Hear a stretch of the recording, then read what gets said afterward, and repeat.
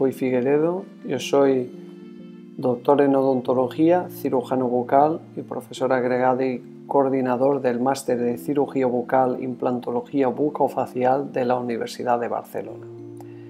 Hoy vengo a hablar de los resultados a largo plazo y de las complicaciones que puede haber a largo plazo de los implantes dentales.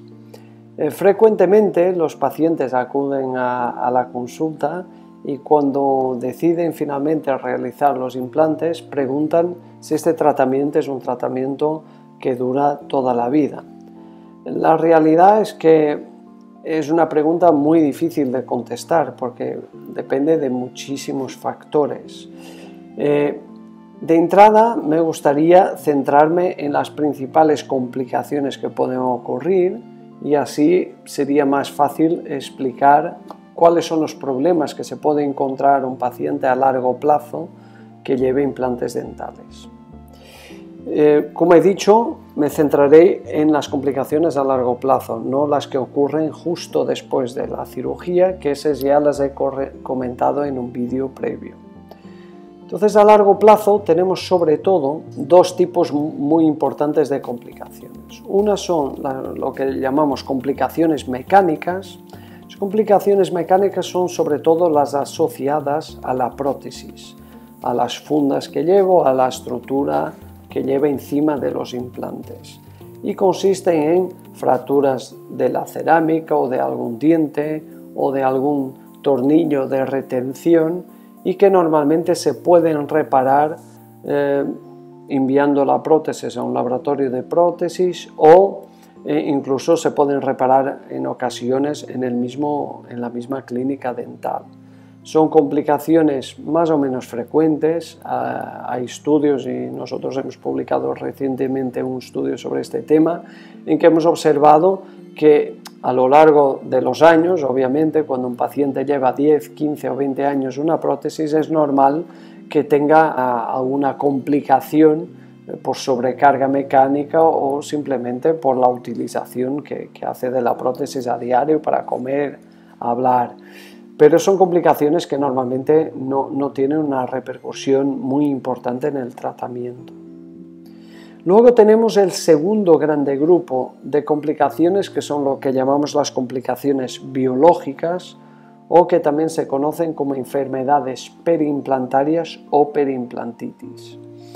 La periimplantitis no es más que una inflamación de los tejidos que están alrededor del implante, tanto de la encía como también del hueso que está alrededor del implante, y se cree que está asociado a bacterias, o sea que no es más que una inflamación asociada a una infección, eso sí, de baja intensidad. Con lo cual normalmente el paciente no se da cuenta o no tiene ningún síntoma que le haga pensar que tiene un problema asociado a los implantes. Esta enfermedad que normalmente aparece al cabo de un tiempo, puede ser 1 año, 2 años o incluso puede aparecer a los 10 o 15 años, una enfermedad que consiste en que el hueso se va lentamente reabsorbiendo alrededor del implante y puede eventualmente llevar a la pérdida de ese implante porque queda sin ningún tipo de soporte óseo. Como he dicho antes, normalmente estas enfermedades ocurren sin dar unos síntomas específicos al paciente. Sin embargo, existen algunas cosas que pueden dar como unas señales de alerta al paciente. Una es que se exponga unos pequeños cuellos metálicos por debajo de la prótesis. Otra es que tenga inflamación, que note que la zona está hinchada o que cuando presiona la zona del implante sale un líquido blanquecino, un mal gusto de boca o incluso que cuando cepille la zona tenga sangrado. Estos son signos que le deben hacer acudir a su odontólogo para valorar que no tenga de estas enfermedades periimplantarias. El tratamiento a día de hoy de estas complicaciones es complejo y no siempre tienen los mejores resultados, con lo cual a mí me gustaría poner un especial énfasis en la prevención. Sí que sabemos a día de hoy que los pacientes que hayan tenido antecedentes de periodontitis, pacientes que no tengan una higiene oral adecuada.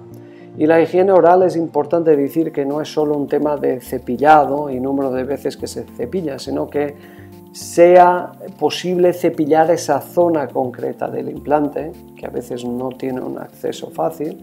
Y también sabemos que los pacientes fumadores tienen también más riesgo de desarrollar esta complicación.